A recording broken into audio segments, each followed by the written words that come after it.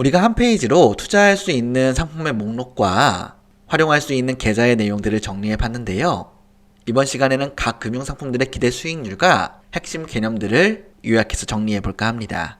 저는 여러 가지 금융상품들이 있지만 우리가 한 5가지 정도만 내용들을 알고 있으면 평생 살아가면서 자산 관리를 하는데 크게 무리가 없다라고 이야기를 하고 있는데요. 그곳에 대한 항목들로 이제 예금, 채권, 고배당주, 리츠, 그리고 주식형 ETF와 마지막으로 우량 개별주에 대한 이야기를 드리고 있죠. 자, 특징을 조금 보시면 예금이나 적금 그리고 채권 같은 상품은 기준금리에 따라서 기대 수익률이 조금씩 달리 움직일 수 있습니다. 물론 채권도 국채처럼 조금 안정성이 높은 상품 같은 경우에는 예금과 거의 비슷한 수익률로 움직인다라고 기억하셔도 되겠고요. 채권에 대한 부분은 이자 수익보다 채권을 사고 팔며 발생하는 매매 차익에 대한 부분을 잘 이해해야 합니다. 어찌되었건 일단 쭉 하단으로 내려가면서 어떤 일이 벌어질까요? 우리가 얻을 수 있는 수익률도 커지지만 반대로 손실 가능성도 커진다는 점을 눈여겨보셔야 합니다.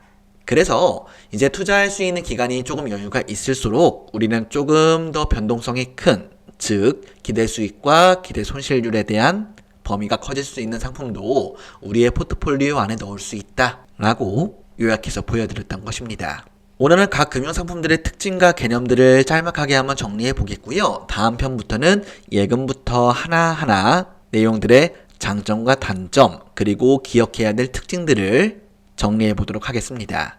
우선 예금에 대한 특징 간단하게 좀 이야기해 볼까요? 기준금리에 따라 연동되는 가장 첫 번째 상품일 수도 있겠고요.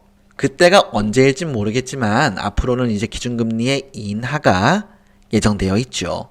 그럼 예금에 대한 기대 수익률은 앞으로 서서히 내려갈 것이다 라는 것도 기억하시면 좋겠고요. 그리고 예금이 안전한 이유는 예금자 보호법이라는 것이 적용되기 때문에 원금과 이자가 각 은행별로 5천만 원까지 보장이 되고 있는 점 기억하시면 좋겠습니다. 참고로 이제 이금융권이라고 불리는 저축은행도 예금자 보호법은 똑같이 적용된다라고 기억하시면 좋겠네요. 두 번째에 있는 채권에 대해서도 한번 볼까요? 채권은 예금과 비슷하다고 보시면 됩니다. 예금을 은행에 빌려주는 자금이다 라고 본다면 채권은 우리의 돈을 정부나 민간 기업에 빌려준다 라고 기억하시면 되는데요. 그러면 조금 믿을 만한 곳은 이자를 적게 줄 것이고 조금 안정성이 떨어지는 곳은 이자를 많이 줄 것이다 라고 보시면 됩니다. 여기에 대한 내용을 우리는 신용도라고 평가하고 있는데요. 저는 채권에 대한 투자를 한다면 안정성이 높은 국채나 공공기관의 채권 먼저 접해보시라 라고 이야기를 드리고 있죠. 그리고 세 번째, 고배당주와 리츠에 대한 이야기도 한번 해보겠습니다. 우리가 주식을 투자한다는 것은 그 회사와 동업을 하겠다라는 개념으로 볼 수 있겠는데요. 어떤 기업은 이제 한 해 동안 벌어들인 이익을 재투자해서 기업의 성장에 힘을 쏟는 기업도 있을 것이고요. 어떠한 기업은 성장보다는 이제 분배를 하는 것에 조금 더 포커스를 두는 곳도 있을 것입니다. 그래서 배당금을 더 많이 나눠주겠다라는 취지를 보여주는 곳들을 우리는 통칭 고배당주라고 부르고 있죠. 이러한 개별 기업을 발굴해가지고 우리가 투자할 수도 있겠지만 묶음 형태인 배당형 ETF 방식도 투자할 수 있는 것 한번 기억해 주시면 좋겠네요. 그리고 리츠의 경우에는 부동산을 가지고 있는 주식회사가 투자를 받아서 이제 월세 등을 받고 그 내용을 투자자에게 나눠준다라고 해석하시면 좋습니다. 그래서 배당에 대한 금액은 상대적으로 많을 수 있는데요. 리츠와 고배당주의 가장 큰 차이는 고배당주는 일반적인 기업이다 보니까 기업의 성장 가능성이 조금 더 열려 있을 수 있습니다. 반면 리츠는 이제 건물을 가지고 하는 경우가 많기 때문에 건물이 갑자기 성장해가지고 증축을 해서 월세를 더 받을 수는 없겠지요. 그래서 주가의 성장은 어느 정도 닫혀있는 경우가 많다라고 그 차이를 봐주시면 좋겠습니다.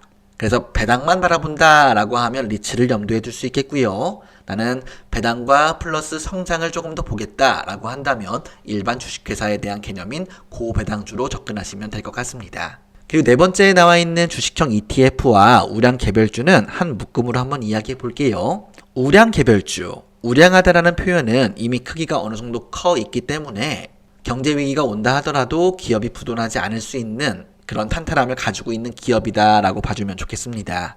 주식에 대한 투자는 비교적 장기 투자를 할 것이기 때문에 조금 길게 오래 앞으로도 전망 있는 기업을 고르는 것이 중요한데요.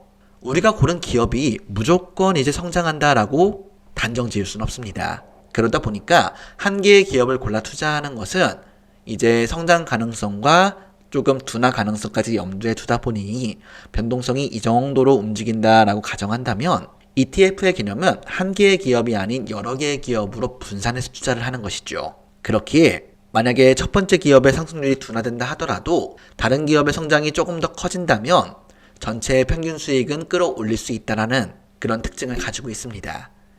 그래서 ETF 전략은 소위 대박을 노리는 전략보다는 평균 기대 수익률을 끌어올리는 그러한 전략으로 기억해 주시면 좋겠네요. 오늘 제가 한눈에 알아볼 수 있게 내용들을 쭉 한번 정리해 봤는데요. 어느 정도 윤곽에 대한 느낌은 드실까요?